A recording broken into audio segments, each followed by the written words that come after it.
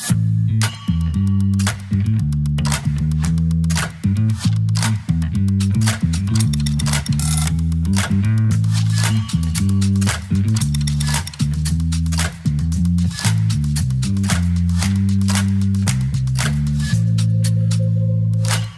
to Metro AV Tech Tips and our brand new intro. I'm Brent. I'm Adam. And welcome to the new year. Hopefully everything is working okay. We don't know. Yeah, we think it's working okay. Let us know in the comments. Let us know what you think of our new intro. Yeah. I think it looks a little bit more, other than the 4x3 screens.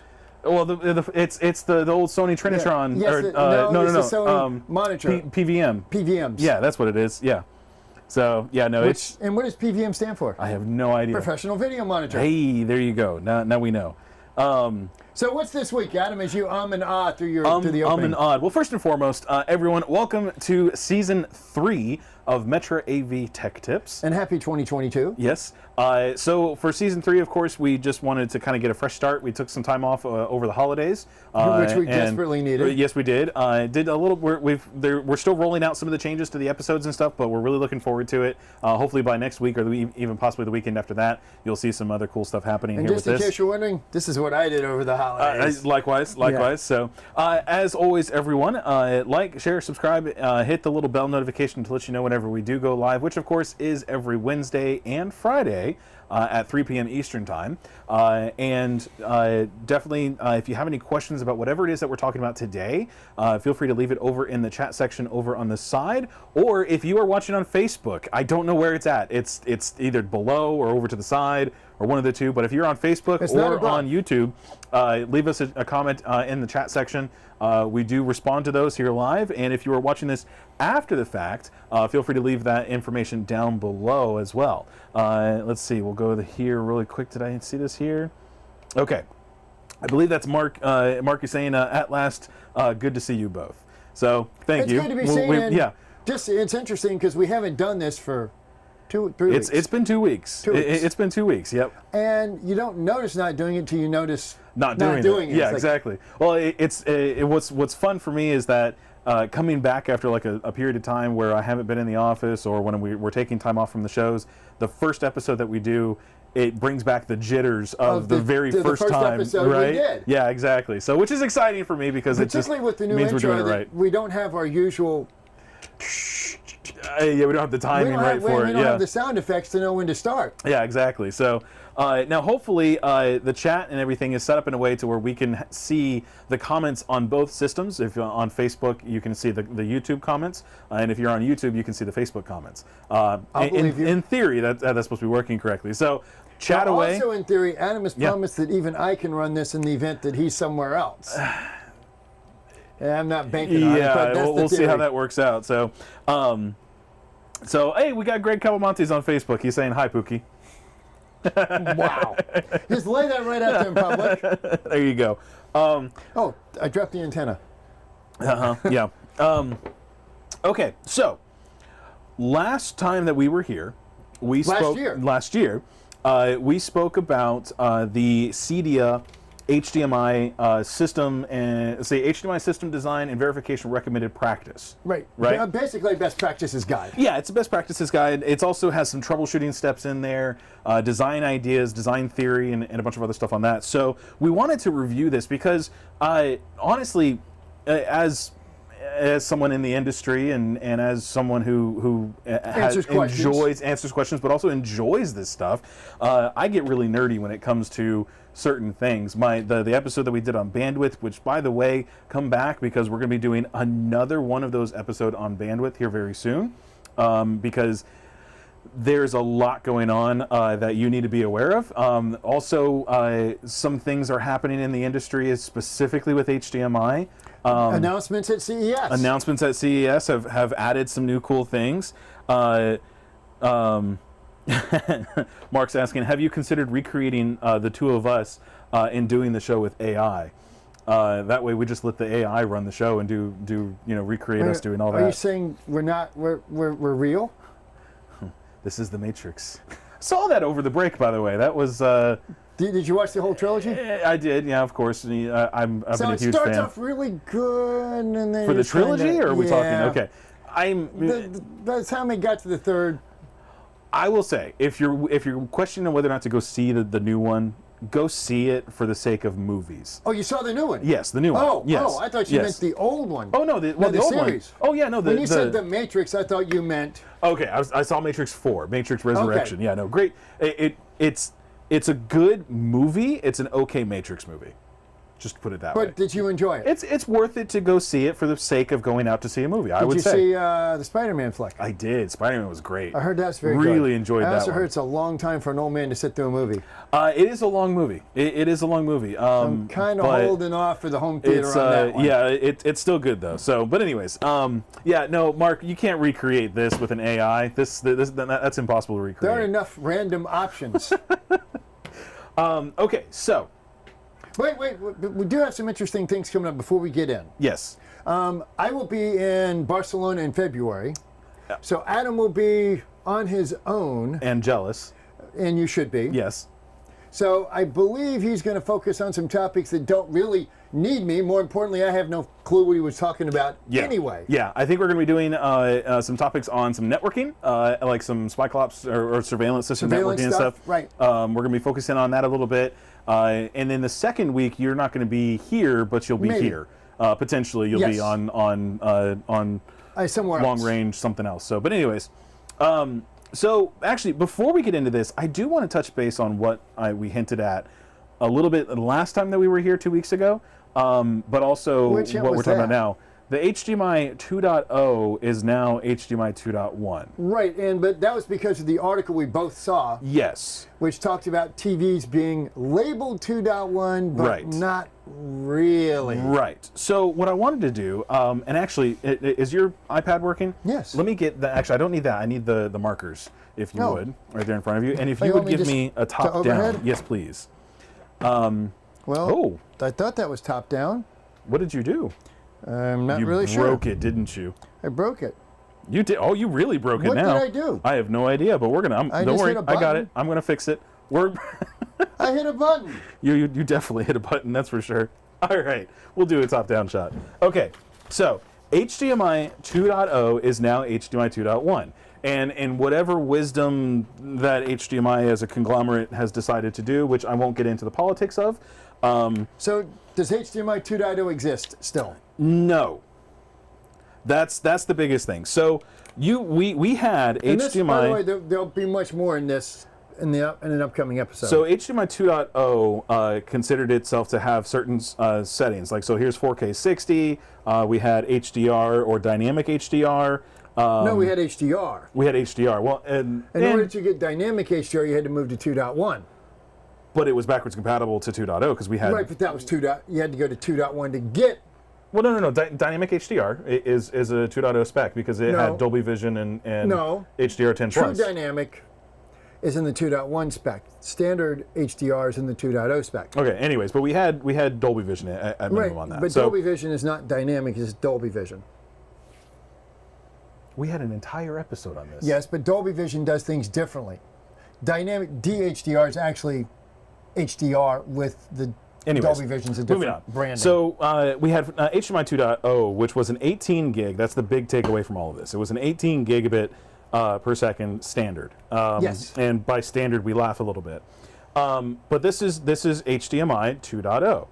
Now, the nice thing about this is that anybody going out and buying a television that is, say, HDMI 2.0 labeled on its input somewhere, you would be able to say, okay, while it may not have all of the HDMI 2.0 specs or capabilities, say, Dolby Vision or HDR or whatever else it is, it still had the specifications of HDMI 2.0 for certain things. Well, it had at least the 18 gigabit bandwidth. Yes. So now what they've done is they've actually taken this spec and they've said, oh, well, it used to be that it was backwards compatible, right? So where HDMI 2.1 TVs can connect to HDMI 2.0 sources. Or 1.4. Or 1.4 and so on and so forth. But now HDMI 2.0 is now part of the overall spec of 2.1. So we have 8K 60, we have 4K 120, we have the dynamic HDR, DHDR, we've got 10K. 10K with 10K capabilities. We had in theory higher color depths, display stream compression, DSC. We had all these other specifications in HDMI 2.1. A long list of specifications. Yes, a lot. We also had things like the FRL. the FRL, but we also had the frame rate, or variable refresh rates. VRR. Yeah, and this is very important. Emphasize FRL. Yep. And then put TMDS over here. Yeah. That's actually really important. So now HDMI 2.1 is now one big giant thing here. So it's no longer just HDMI 2.0 and then HDMI 2.1 on its own thing over here. It's now one big thing. So they got rid of that. So now HDMI 2.0 is part of HDMI 2.1. And what does this actually mean? So if you go out and you buy a TV, or you have a client who goes out, and hopefully what we're going to be able to do is we're going to be able to help you to understand the differences between these. But if you have a client that goes out and actually goes out to purchase a TV of some kind that says HDMI 2.1 on the source input itself, so like the HDMI port or where it plugs in, or the box itself, the manual. But if it actually says HDMI 2.1, you need to verify the specs of that TV to make sure that it actually is able to do it, because the version now means basically nothing. So in other words, it could be 18 gigabits and still be called 2.1. The display that you purchase could be a 4K 60, 4K 60, 420. Yeah, it could be a 4K 30. It could be a 4K 30. 4K 30, it could be something like that, and it still can be labeled as an HDMI 2.1 display, because now all the specifications of 2.0 are now 2.1. And if you're curious about this, if you go to the HDMI.org website, yes, there is now 1.4a and 2.1. Right. There is no 2.0 anywhere in existence as a defined specification. Yep, it's gone. It's gone. Yep. So simply what this means is when you're shopping, as he said, do not look at version numbers, look at available feature sets. Yes. And that's what will tell you. Does it support dynamic HDR? Yeah. Does it support 8K 60? Does it support higher refresh rates? Because you can be just this. Yep. Or less than just this. Yep.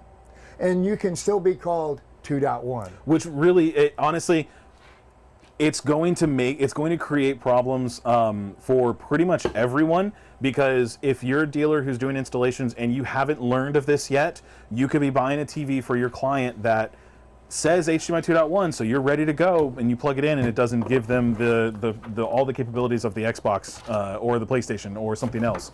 Yeah, they've walked out and they've gone out and bought this puppy, and they're all excited about getting that. Yeah. And no. And so that's the downside of what's happening. Now, there really, as far as I can tell, there's not a whole lot of an upside to any of this, unless you've come up with something that could be a potential upside. Education, but that's not an upside. No, it just means that we're going to have to be educated. Yeah. So the other thing is that we want to make sure that everyone is aware of that.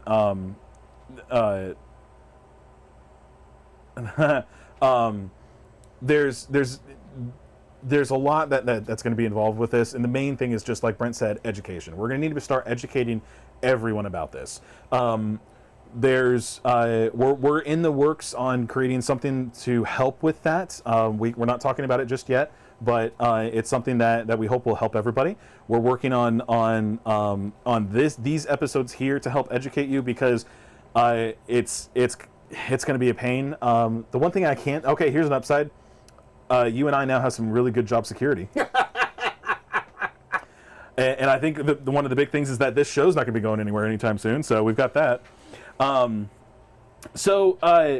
of the things, let's see, we've got Mark asking, will we cover the physical differences in cables between 1.0 to 2.1? The reason I ask is I have a cable labeled 1.0 that does 4K. So he should say 1080 that supports 4K. So here's the thing with that. 1.0? Yeah. Well, and that's where I think there's a little bit of confusion with that. The cabling itself, even though it says 1.0, there isn't a 1.0. That's not really a 1.0 thing. And 2.1, technically, 2.1 is not a cable spec. It's a connection spec, or it's an HDMI. It's a device spec. Yeah, it's a device spec. The cabling just needs to support the bandwidth that is possible on that system. There's some caveats to that, to like active cables and stuff. One of the things going through this documentation. Yeah. And found this kind of funny, and we're going to get into this a little bit more, but let's hold off on that until we get to that. Get to that port. Yeah. To that so, port. okay. So we're going to get into the CEDIA paper for HDMI 2.1. Yep. Essentially best practices. What to do, when to do it, how to do it, and what not to do. Right. So, Adam, where do you want to start? Well, let's go with, let me... Do it, how to do Whoops. it, and what not to do. Whoa! That was an echo. There we go. Okay, so one of the things that I do want to talk on with this here, let's actually just start with section 2. So again, everyone, if you haven't done this yet, go on to, if you look down in the description, we actually have the CEDIA website linked. We also have this document linked as well. And it's a freebie. It's a freebie. Go on there, sign up if you haven't, or register if you haven't yet for the CEDIA website. Go on there. Download this document because this is what we're going to be talking about this week and next week. And honestly, it's a really great read, and I really appreciate the team who put this together. We called them out last week, or the last show that we did. We didn't call them out, we named them. We named them, pardon me. Yeah, we didn't call anybody out, no. So what we're going to do is we're going to go to section 2 in this one, and we're going to be talking about at this point, what section 2 is HDMI system devices, connectivity, and functions. And that's really just kind of breaking down what is HDMI, and we're back right? to the feature sets we talked about. What separates 2.1 from previous versions is the feature sets. Yeah. So let's start with the basics. Yep. And actually, again, this pretty much the same as the website. Yeah. There is no 2.0. Right. It's 1.4b and 2.1. Yeah, so you jumped ahead just a little bit. What are you on? 2. I just covered. No, you did 2.1. So 2.1 on the cover page. Yeah, so 2.1. What we're talking about here in 2.1, we're talking about the section in the document. Is what is an HDMI device? It's a source, a sink, and a repeater with an HDMI connection. So basically, anything with a connection other than a cable. Yeah, exactly. Is a device. Now, a repeater can be something in between. That's kind of the device like an AVR, that's something like a splitter or a switch, or it could be an extender or a matrix or something like that. And that's what a repeater is. Now, of course, a source. And effectively, a repeater has an input section and an output section. Yes. So it acts as the sink. It has both. And as the source. Yep, exactly. That's a repeater. Now, a source device is a device with an HDMI output. So that would be all of your sources, your cable boxes, Blu-ray players, Rokus, Amazon Fire Sticks, Apple TVs, laptops, whatever you have that has an iPhone. HDMI output only, right?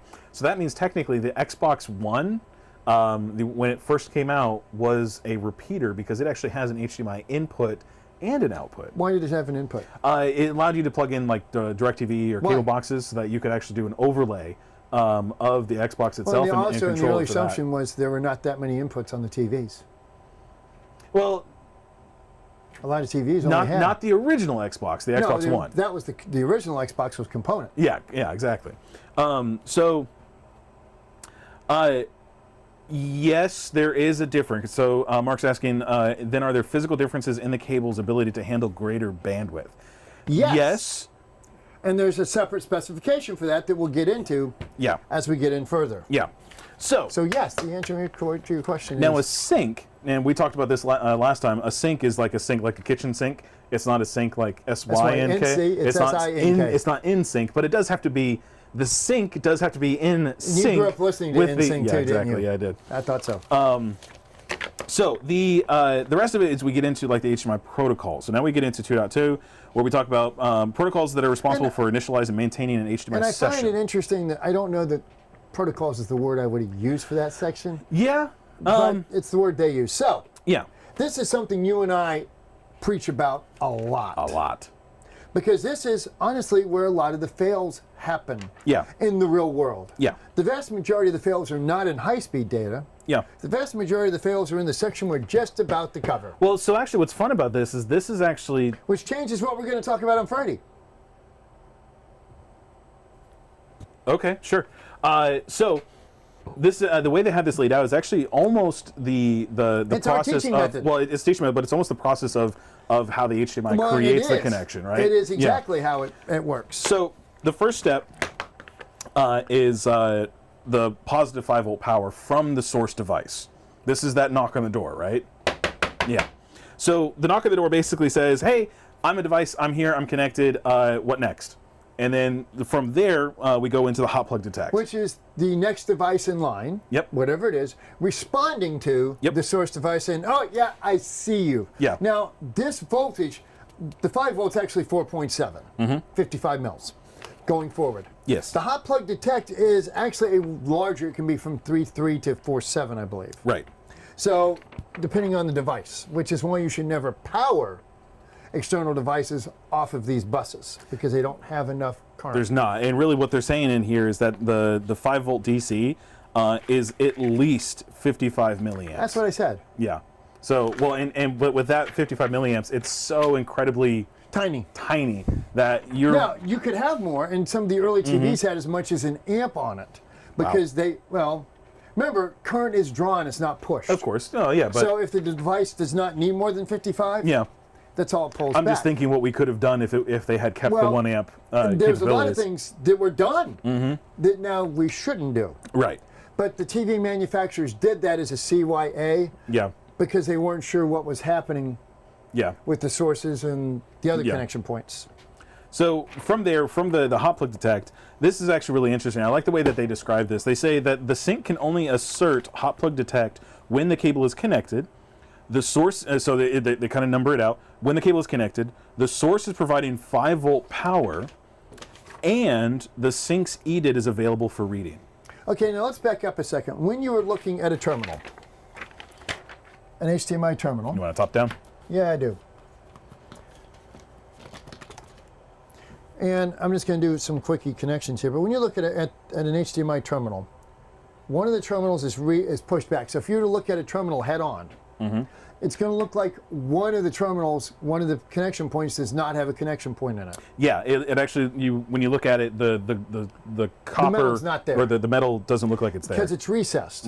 Now, why is that recessed? Well, that's the ground, right? No. That's That the is power. 5 That's the 5 volt power. That right. is the 5 volt. Right. Everything else makes the connection first. Right. So that before that one does. before the 5 volt even goes in, the ability for the rest of the communication to happen is established. It's Right. not happening yet. Right. But that is fully connected before that ever gets triggered. Now, it's a very small difference. It's not like, it's an hour or 5 minutes or 50 seconds. No. It's a fraction of a second, but it's all that it takes. Right. Because we're dealing with electron flow. Right. Well, yeah, and we're close to the speed of light through a medium of copper, basically. So, I'll go ahead and hit this back over here. So, what I find interesting also is that the TV itself, or the sync device, the third option that they had in there was that they have to. The first one was, of course, that the cable is connected, and that the source is providing the 5 volt power. Yes. But the third one said the sync's EDID and the sync's EDID is available for reading, which means that the TV itself Available for reading. Right. It means that the TV itself. I'm going to use the TV as the sync device, but the TV has to be turned on. Yes. It has to be ready to give its EDID information back to the source, which means that it has to be booted up, has to go through its boot up process and everything. It has to be basically in its standby ready mode, right? Well, now, in theory, every TV is. Now, it's not uncommon when you turn off a device like a Blu-ray player or a cable box or satellite receiver, it's not actually off. Right. It's just gone to sleep. But when you turn it on, typically when you turn it on, it will then trigger the 5 volt to wake the TV up as well. So the TV is not sitting there, Yeah. it's just, it has to get woken up. Right. It just had, and at that point it's then getting, So, it's at quick that enough point, for it to get ready. The communication starts, and the communication's not instantaneous.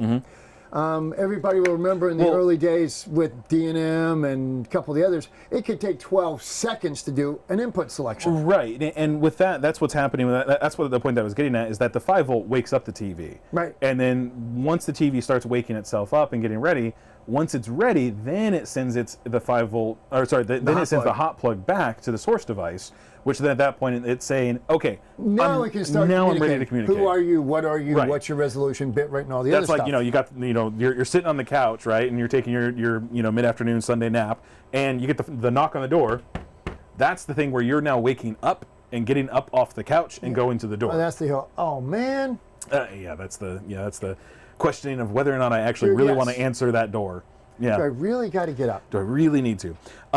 So from that point, then it sends back the hot plug detect to tell the device, okay, let's start communicating. Now, I do find it interesting that they've got CEC as the next thing. I do too, because in my opinion, that would be after after the EDID, and actually specifically after the DDC channel that they have in here. But it's a good point to talk about it because it is there. But it's a single wire bidirectional communication bus which is used to distribute common AV device control signals throughout an HDMI system. Now, and see, from the very beginning... It's a single wire? Yeah. Now, there's still, it's connected to an overall ground. There's still an overall data ground. Oh, okay. Right. Okay. Got you. I know what you were thinking. It's I was like, how is it? Yeah. There's still an overall data ground. Right. So it's using the overall ground as its negative connection. And then, but it's bidirectional, which means that it can. The data goes both directions on it. Right. That's fun. So CEC has been part of the HDMI specification since day one. Yeah. Employment is becoming more consistent. Yes. Now. Yes. And now there were manufacturers. There was an HDMI matrix, and I'm going to vapor lock on who it was now, but they were only Hydra. Yes. It was only around for like 3 or 4 years. That employed CEC very well, but they ran into some reliability and other issues, and the company went away. But gotcha. It was they actually allowed you to insert, and I believe Crestron allows you to insert commands into CEC. So I actually had a discussion with someone who called in for tech support. They were trying to use CEC over an HDMI extender, an HDBaseT extender. Most HDBaseT extenders will do CEC. In fact, almost all of them. I don't know of very many that don't. However, what was the thing that came up was that he didn't test it on a normal cable before using the extender. So you don't know if it worked or not. Right. Now, in most cases, when something like CEC happens, my shell-shocked brain goes back to ARC Audio. Just don't. But I will say, with that said, Samsung. I don't like Samsung TVs. I really don't. The art TV or the frame TV that they have, the wall that they have as well is really cool. The concept is really cool. I don't like their integration capabilities, like for automation systems and whatnot. However, if you are using a Samsung TV by itself, no automation, no controls, no nothing else, and you're just using the TV by itself, their CEC integration capabilities that they have with that, like to control other devices that are connected to it, are top notch. Really and truthfully, I haven't seen anyone else implement that better. Sony, LG, and Samsung all do pretty good CEC implementation now. Yeah. And because as the HDMI spec increased over time, there was pressure for all these manufacturers to fall into a line. Yeah, work together. And in the early days, they were all just kind of scattered out. Now they've effectively fallen into the same walk. Right. So it can work. Yeah. One of the things now, when we first started putting Amazon Fire Sticks in, I thought that it was using CEC. It's only using CEC for the power. All the other commands are coming off the remote. Correct. Yeah. It learns the model numbers of the devices through the EDID connection, and then from there it teaches the TV the remote how to control it. And so I thought it was CEC, and it wasn't. You learn the hard way. Yeah. So this is, and actually this is another thing that goes along with this, and they call this out specifically. They said CEC miscommunications may arise if the corresponding wire is not connected in the cable, if the wire capacitance is too high, which we talk about that a lot, or if CEC is disabled in the device setup. Now, we used to make a device to disable CEC. Yeah. Why would you do that? Well, because in our world of automation, so Control 4, Crestron, whatever it is, CEC adds an element of surprise. I like that answer. Do you like that? It adds an element of surprise to an automation system, which is expecting things to be done in a certain fashion or things to be set up in a certain way. We originally developed it specifically because of splitters. Oh yeah, because the splitters, if you turn off one TV, it doesn't shut off the other ones. It can shut off all the other ones. Yeah.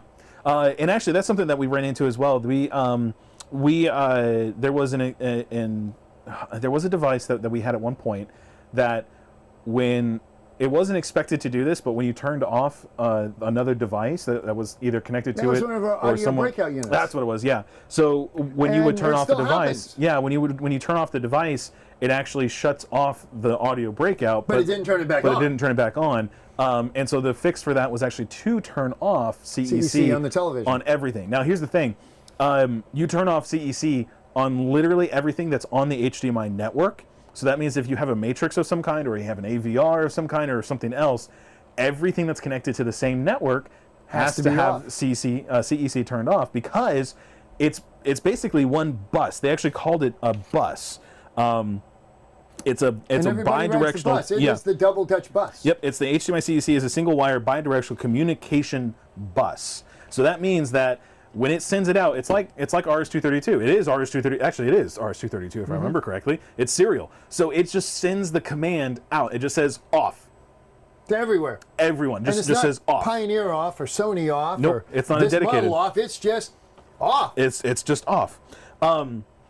So when that happens, it sends it across the entire bus, which means if you have a central point that's then distributed out, like a matrix, or even an AVR or a splitter, it's going to be sent to everybody. It's going to be, and everyone's going to get the command. Now here's the thing: it's not source off and it's not display off. It's just off. We're going to shut everyone off. That means if the TV gets the off command from the remote, it's going to say off and shut everything else off. But it also means that if the source device gets the off command from the remote, it's going to send the off command to everybody else. That's where you run into problems for automation purposes, because automation wants to send the off command on its own, but sometimes it's a toggle, right? Sometimes it's an IR toggle, and so then you wind up turning the thing back on, or however that plays out. Okay, so what's next? DDC. DDC. Now, DDC generically referred to as EDID. Yes. Because DDC actually EDID encompasses a lot of this, but and the CEC is all part of the ED bus. But DDC is where we first sank our teeth into this industry, fixing these issues with capacitive loading. Yes. With the original DAD. Do you know what I2C stands for? I did. It stands for Inter-Integrated Circuit. I didn't know that. Until I read this document, I did not know what I2C means. Back in the very early days of doing all these classes with Jeff, you know, we'd go out into shows and distributors and stuff. Jeff made me learn every one of these acronyms. Yeah, yeah. Because it's Jeff. Well, yeah, exactly. Brent, what does that mean? It's like, you have to have an answer. Yep. So DDC is this. DDC is a two-wire bus, one for serial data and the other for serial clock. And what does DDC stand for? DDC stands for... You're reading it. Display... No, it's right there. Display... I said you're reading it. Display data channel. Okay, so what does EDID stand for? So extended display information data. Okay. Yeah. So... Just quizzing you. Well, I'm reading it here, but see, that's the beauty of this. It's in this document. It's all there. All these questions that you get from clients, when you say, "Oh, it's got an EDID problem," well, what's EDID mean? Well, you can tell them because it's in this document right here, and it's from a very reputable source. CEDIA actually. And us. And us. Well, anyways. What? Anyways, moving on. So here's the thing with DDC. So what is display data channel? DDC is really just the communication channel for the back end, right? So it's the way I like to show it is, if you ever go to a live event, a live concert of some kind, you have the stage and everything is happening on the stage. The performers are up there, they're singing, they're dancing, they're doing whatever it is that they're doing. Could be a play where they're acting things out, whatever it is. But when you have what happens is, in the background, behind everything, behind the sides of the stage, behind the back curtain or whatever else, you have the people actually making sure that everything is running correctly. You know, this description sounds to me like somebody that used to be a roadie. Yeah, pretty much, but it works. The proper description, it is everything that must happen with all the intelligence prior to the release of picture and sound. Who are you? What are you? And as we get a little bit further down, there's one reoccurring question. Yes. EDID or DDC is not a reoccurring. No, most of the time it's a one-time. Right. Here's our negotiations. We are now good to go till something changes. Yeah. And we can prove that based on the HDM DAD. Yes. So the HDM DAD actually had some LEDs on it, which I think I still have one in here.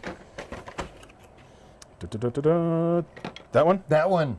You actually have two of them. Is that a Super Dad? Might be. No, that's another Dad. Yeah, but that one doesn't have the LEDs. Yeah, it does. It's just covered over. Oh, okay. That was a different. This is the original DAD, Digital Analysis Device. Yep. Now, I was originally going to call it the System Diagnostic Tool, SDT. No, System Tool Diagnostics. No, a System Diagnostic Tool. Oh, it was too close. SDT. Yeah, that's what it was. It was too close. And I was out to lunch one day and got a call from our now leader, Miss Crabb, and says, you need to come up with a new name because that just doesn't sound right. It sounds too close to STD. Yes, it did. Oh, that's good. That's how DAD came about. Yeah. So the DAD, what on this here, and actually I'm going to give us a top-down shot so you can show it off a little bit better, or I'll show it off a little bit better. So the DAD, the cool thing about this is it actually had these LEDs here, and what the LEDs did is they actually told you what was happening. You had hot plugs, so that told you if it was hot plug was connected or not. You had the 5 volt, which again told you if it was there or not. You had the clock, which the clock, remind me, that was the clock for the TMDS. Okay. And then lastly, you had the data. Now the data for that is the EDID. Is the EDID. So you would actually be able to tell when you first plug this in, you would see the EDID would start triggering. Well, the first thing you see is 5 volt and hot plug light up, and they stayed lit. Yes. All the time. Yeah. Well, unless there was a problem. Unless there's a problem. Yep. And then you would get clock and data. Now, clock was it was incredibly predictable time frame. Well, it should be. It's a clock. But the data will vary depending on the HDCP request times on the content, because HDCP is selected by content, not hardware. Yes. And that was so when you first turned it on, and the DirecTV satellite receiver was the one that freaked everybody out at the beginning. You plug it in, you turn it on, and what you get is 5 volt hot plug. The clock and the data is just going, and then nothing. On both the clock and the No, the clock would still. Yeah, clock would stay. But the data's gone. Yeah. There's no data. Yeah. No data. Nope. Nothing. It's like, what's going on here? Well, it turned out that the satellite receiver only did the data once. Once. Yeah. And unless something changed, like you went to a pay-per-view event. Right. Which in the early days, that was the only thing that even had HDCP. Which was kind of the reason for HDCP to begin with anyways, because people wanted their money. Right. So if you were watching, the regular shows on DirecTV, even HBO and Cinemax, there was nothing on the data. It's like, is it broke? It's like, no. It just didn't ask. Now we started to see data popping up on HBO, Cinemax, and then the cable boxes. You always saw it on DVD players. Yeah. Yeah, well, and gaming consoles. Yeah, because that's where the HDCP would come in and kick in. So with HDCP, and actually we're getting a little bit ahead of ourselves here, but essentially what the DDC is the communication of that data, and it's the road, right? It's the pathway for that data to transmit down. But one of the things we get, it's a handshake problem. Well, why is it a handshake problem? That's the really important part, because EDID, without EDID working correctly, nothing else is going to work. You're not going to get picture, you're not going to get sound. So if it's not initializing, why is it not initializing? Or if it initializes and then fails, and we still get this call. Yeah, it was working great and now it's not. Right. Well, what have you done in the field? Well, we unplugged the cable, plugged it back in, and it worked. Why? Right. And that's what the DAD was originally developed to resolve. And prior to the introduction of 2.0 and HDR and deep color, it was 95% of the solutions out there. And it was very effective for that. There were ways to get, there were guys that would do EDID emulators or copy devices, but they didn't fix the HDCP problem. Right. So, and the reason it fails, honestly, is capacitive loading. Yeah. So when you're looking at a bus, the 2 wires that are DDC and the 1 wire that's CEC, if for any reason there's a capacitive loading buildup on that bus, the data starts to slow down, so it's not in position when the clock strikes. And anybody that has been to one of my classes has heard me standing there snapping my fingers, which is getting harder at 62. You need to bring a metronome with you whenever you do these trainings. And as the data starts to slow down, it may not be in position when the clock strikes. Yeah. That's when you start to see failures. And by the way, the audio dropout is the idiot light on the dashboard on purpose. HDMI, as an organization, said we need a way to tell the customer there's a potential problem. Right. without having to display something or do something else with it. And the audio dropout is, in fact, literally the idiot light on the dashboard. It's the first thing to go on purpose because it has the most strict requirement. Yes. For the time frame. And then the next follow-up is long time to sync, or mode out of range, frequency out of range, and last but not least, HDCP not supported. Which it always is. Yeah. But it's just not communicating properly. Yeah. And that's where the DAD came in the original. Right. So one of the cool things about this document, this is more of a personal thing for me. When I first started at Metra, when I was learning all the things that came with HDMI and all the problems that came with HDMI, the capacitance loading felt fake. It felt like there was like I was just giving you a line? You were just giving me a line. Honestly, it did, and this is something that that hurts. Look, I'm brand new, and I thought I knew everything, and I thought, well, no, I didn't do that. But the thing is, yeah, actually, you did a little bit.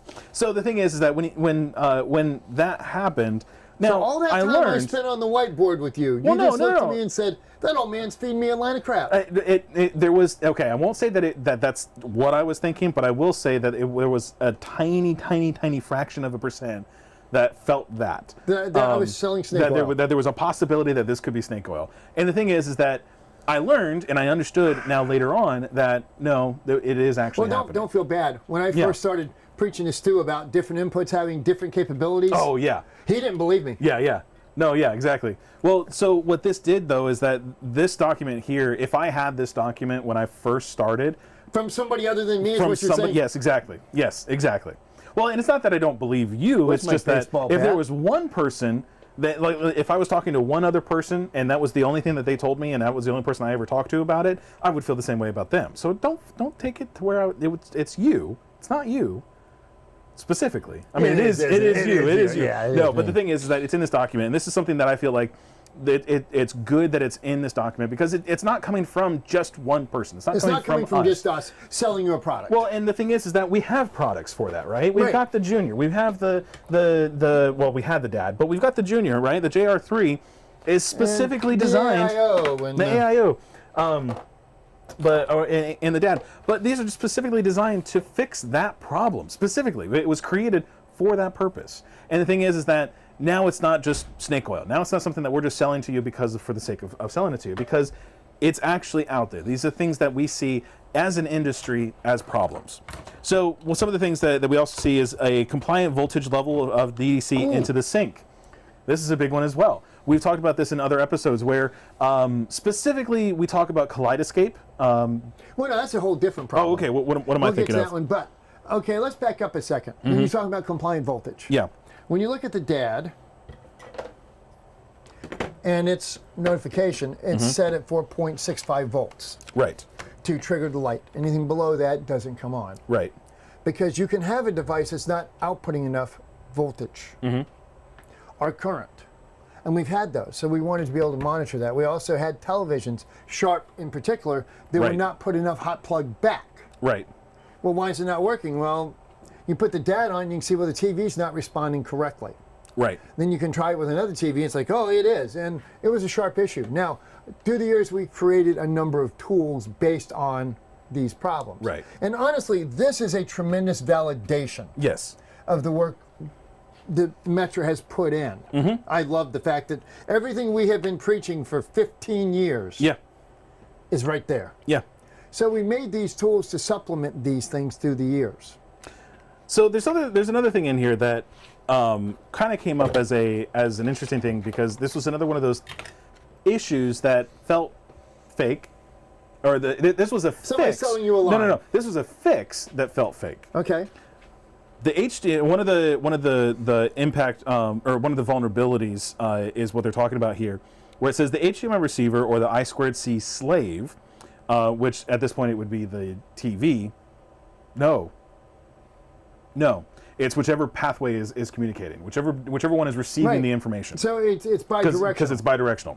So whichever one is receiving the information at that time can momentarily pause the DDC clock. Did you read this yet? No. If mistiming occurs. enabling it to catch up And reset. and continue without interruption to the AV stream. So the video continues to work like it's supposed to. Unless. This is called clock stretching. So, however, it continues, however, when very long connectivity, for example, HD-base-T, is used, any latency in the transport which exceeds the DDC clock speed can impede the clock stretching operation. Now, basically what they're saying, and you and I have seen a whole lot of clock stretching comments on tech support. Right. It's built into the devices. Right. All this is a buffer. Yes. So basically, well, it's saying, hold on, something's out of sync, let's stop, and then start, and then you pick it back up on the clock. Very, very tiny. We put a splitter in, it's got clock stretching. So what it feels, what's happening here is that the clock stretching was taken and used as in another area to fix it. So the truth is that clock stretching is a thing. It is a thing. What I was thinking is that it wasn't a thing, but it is a thing. No, but it's an inherent thing. It's not an add-on built into thing. Yeah, exactly. So that's what's interesting. So now, what is on the DDC? We've kind of already talked about this, but on the DDC is EDID and HDCP. So, like we said before, with the DAD, you can actually see it if you have one of the DADs, or if you don't, you can go out and I think it's still available somewhere. I think we still have some. So with the DAD, the cool thing about this is that when you plug it in, you'll see that the data flashes. What's the bandwidth on the DAD? We tested it up to 48, didn't we? No, 40. 40. Yeah, we tested it up to 40. You know what's changed since day one of the DAD? Nothing. The sticker. Yeah. That's the original sticker. At some point, we had an orange sticker. Yeah. That is all that has changed on the DAD. Yep. Everything else internally is the same. And it's funny because when it's originally designed, it was designed for 5 gigabit. Yeah. Then 3D came out. Okay, do we have to? So I sent it back to DPL for testing. Yep. Oh, no, you're good for 3D. Yep. Then 10 gig came out. I sent it back to DPL. Oh, surely it's going to be time to... Nope. You're good. Then 2.0 came out. Yeah. We sent it back to Envision or to DPL for testing. Yep. Good. No problem. In fact, it's 4 channels equivalent. Yeah. So we're not 18, we're 24. Based on the testing at the time. Yep. Okay, so then 2.1 comes out of 48. We send it to them. Yeah, there's a problem. You're only going to 40. Wait, what? Only going to 40. So it was originally designed to go at about 1.65 gigabits per channel. Yep. By 3. Yep. Even though we had 4. Well, and we only sent them 1 for testing. So there is a possibility that 1 had some kind of defect somewhere in it. A couple other. Oh, did they? Okay, Yeah. all right. So and it's been 40 gigs is still really good. It covers everything that's working right now. Available. Yeah. So when we look at the capabilities of what these are doing, the EDID information is that first initial interaction saying, I am this is what I can do, what are you, what can you do? It's just that back and forth on that. It's the CV. What are you? What resolution do you want? And can you give me the secret handshake? And that comes next. That's the HDCP, the secret handshake for that. Now the thing is that with these devices, what they're doing with the secret handshake is they're verifying that you still are the thing that I'm communicating with, because they don't want something that's starting the communication, giving the okay handshake, and then jumping in between and saying, okay, I'm still that same thing. It does it every 2 to 3 seconds. Exactly. Give or take. It checks it every single time. Now, there's also limitations with HDCP where it will only allow a certain number of tokens. Right, and that varies depending on the device. Right. Now, where does the HDCP generated from? What device? It's generated from, it's generated from the source device. From the source device. Yes. Yeah. Sorry, now, I got backwards on that one, yeah. Some of the devices allowed for 5 key sets, some allowed for 12. Mark, it does sound like witchcraft. It really does. And it's not far from it. Yeah. So, depending on the device. Now, there are some devices now that can go well over 30. Yeah. So, they've opened up a lot of stuff for applications. In the early days, if you were throwing like a DirecTV into a bar environment or something like that with a lot of displays, it could be incredibly problematic. Yeah. Which is why a lot of guys on the 1080p DirecTV satellite receivers would utilize an SDI device between the satellite receiver and the distribution hub, because the transmit side of the SDI device was the only HDCP that it saw. You're giving away secrets there, Brent. So, Nobody would do that. No, of course not. No, because they're all law-abiding citizens who follow the rules. And nowadays they need 4K anyway. Yeah, exactly. So, what are some vulnerabilities of HDCP? Now, we see a lot with, one of the errors that we see a lot of is HDCP version incompatibility. So that means you have HDCP 2.2 or 2.1, and you need 2.3, or vice versa, or however that works out. And that is an actual problem. Now, normally what happens with that is it downgrades the resolution of the source that you're watching, or the content that you're watching. So you could have, say, an Xbox Series X that's 8K compatible for whatever content you're watching, maybe not the games, but you're watching something in 8K at 60 frames per second or whatever it is, and the TV is not an HDCP 2.3 capable display. So then when that happens, it's maybe sitting an HDCP 2.2 capable display. Now, and if that's the case, let's talk a little history on this one. It downgrades. When Sony first started shipping their round 4K player, and you went out and bought the new Sony 4K TV. Yep. Now, that 4K TV was what we called 4K. Yeah.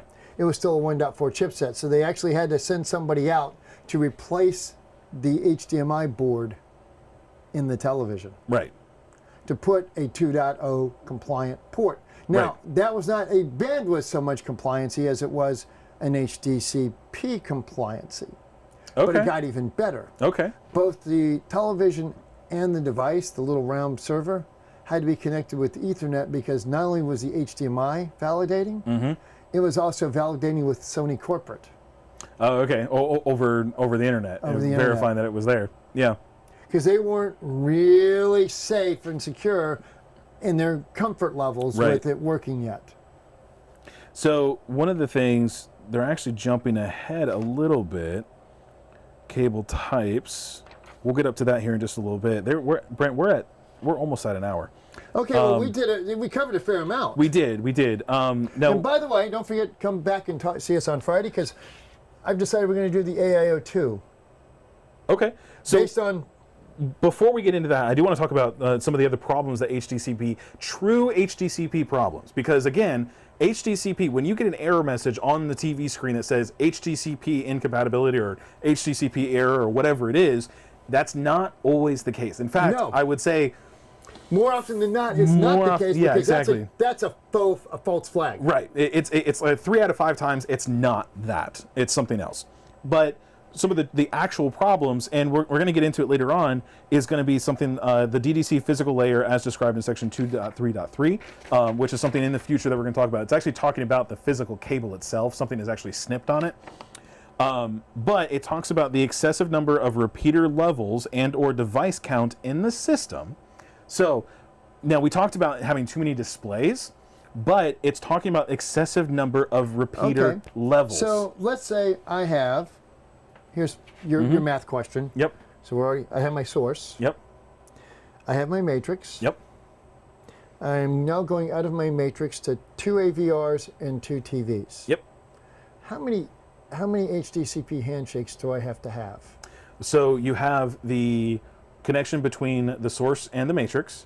Okay, that's one. That's one. You have the connection from the matrix to one of the devices, to one AVR, another AVR. You said how many? You had 2 AVRs. Then you had the connection. Are we going from the AVR to the TV, or from the? Okay. So then we have the connection from the AVR to the TV.